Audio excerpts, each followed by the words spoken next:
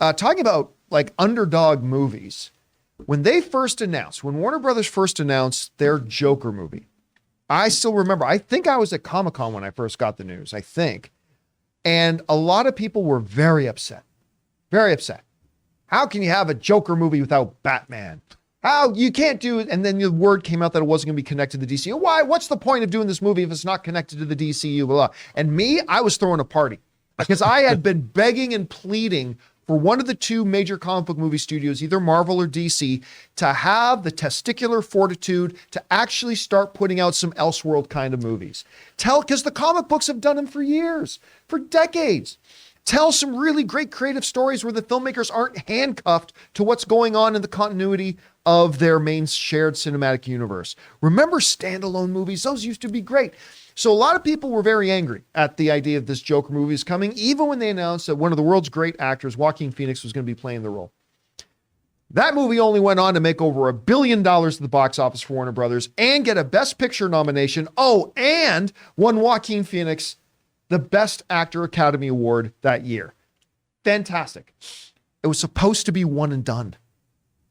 But when your movie makes over $1 billion and you get a Best Picture nomination and you're a comic book franchise, yeah, it's hard to stay buried in the shadows. So quickly came the announcement that there was going to be a part 2. Joker, something adieu. Folie? Folie Deux. Folie Deux is what's coming out. I had to take French in school for 8 years. There was an X-Files episode named that. Folie Deux. And Lady Gaga, or as Clayface would say, Lady Gaga, was going to come in and play Harley Quinn now. So that's interesting. Well, the director of the film has now put out the first image that we get a peek at. And I'll tell you what, this image kills it. I love images from a movie that seem to capture the spirit of the movie in one frame. And first of all, I love the way on Joaquin Phoenix, the makeup is all smeared out and mussed up and all. First of all, he's in, I guess, Arkham, and he's still got his makeup.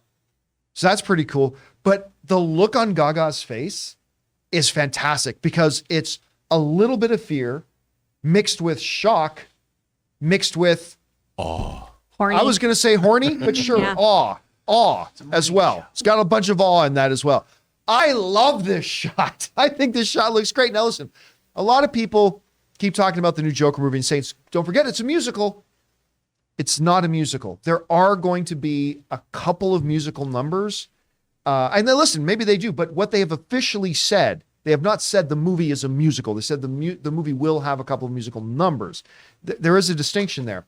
But I'll tell you what, guys, I love this image. I absolutely love it. And listen, I'm not real big on singers thinking they can just, because I'm famous, I can cross over and be a movie star.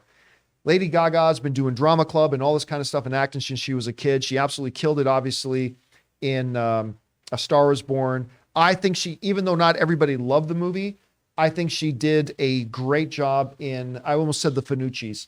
That, of course, is a Sylvester Stallone movie. What is, not the Gucci's, the House of Gucci? House of Gucci. Ew. The House of Gucci. House of Finucci. If those of you who know the Finucci reference, bonus points to you. Oscar.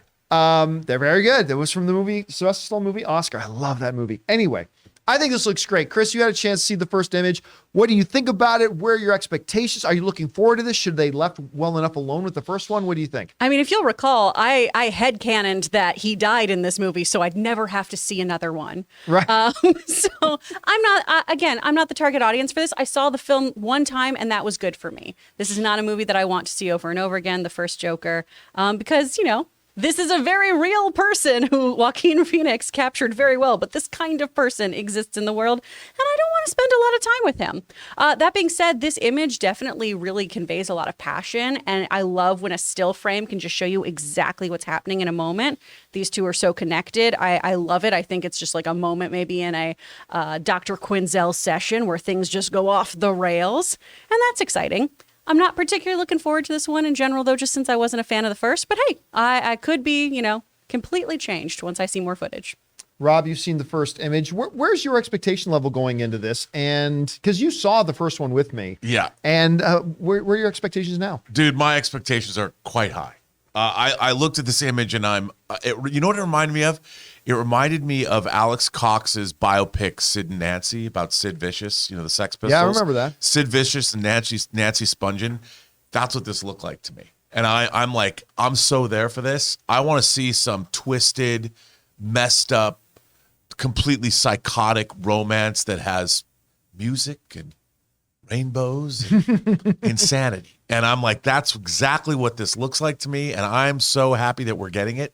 And, look, Todd Phillips, I thought, borrowed a great deal from Martin Scorsese's Taxi Driver and the first Joker. Scorsese was one of the guys that shepherded this into existence. Absolutely. Yeah. And there was a lot of King of Comedy in there. So I'm hoping that Todd Phillips is looking to other movies like Sid and Nancy to put into this, because I think give me a twisted relationship between a man and a woman.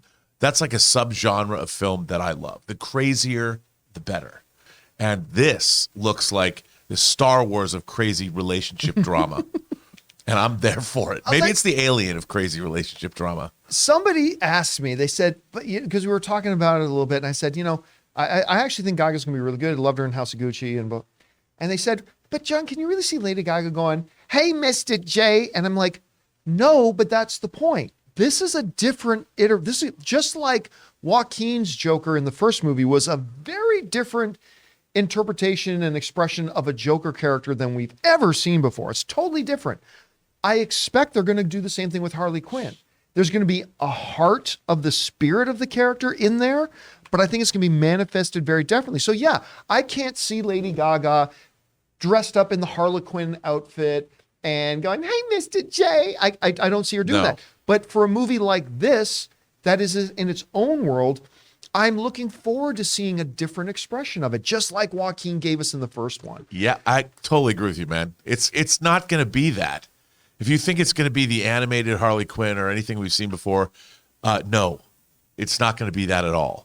It's going to be much more real world, much more down to earth, call it, and much more twisted. All right, guys. Question is for you. What do you think of the first picture that Phillips has just released of his upcoming Joker 2 movie? I think it looks great. I think just the moment he captured there, the one he decided to share was fantastic. I'm looking forward to it.